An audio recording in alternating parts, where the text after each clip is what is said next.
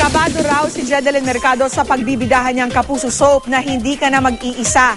At dahil lagi niyang kasama ngayon ang leading man niyang si Sid Lucero, totoo bang nagseselos na si Luis Manzano? Alamin sa chika ni Kata Tibayan. Pagkatapos magkaroon ng cameo role sa primetime soap na Makapiling Kang Muli, bibida naman si Jedeline Mercado sa afternoon prime offering ng GMA na hindi ka na mag-iisa. Makakasama ni Jedeline sina Card Guevara, ang magkapatid na Frank at Sab Magalona, Angelo De Leon, Crystal Reyes at ang leading man niyang si Sid Lucero. Aminado si Jedeline, pressured siya sa mabibigat na eksena. Lalo pat panay sa crime scene siya maunguna.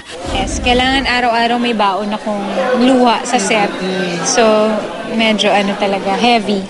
Iniisip ko na lang yung mga situation na ayokong mangyari sa anak ko, ganyan. Ganun na lang, parang ini-imagine ko na lang, ganyan. At dahil maging abala na si Jen sa kanyang bagong soap, sisikapin daw niyang pagbalanse ng trabaho, buhay pamilya at maging ang kanyang love life. Sigurado namin na parating dapat may date night. Yung date night, yung kakain kami sa labas, manonood ng sine, at least once a week. Meron silang parang bonding, swimming time. Pero totoo bang pinagsesalosan ng kanyang nobyong si Luis ang closeness nila ng leading man niyang si Sid? Kilala niya naman si Sid eh. I think magkaibigan naman po sila. Marupok talaga yan. Kilala ko yan dahil nakasama ko na siya sa Rosario.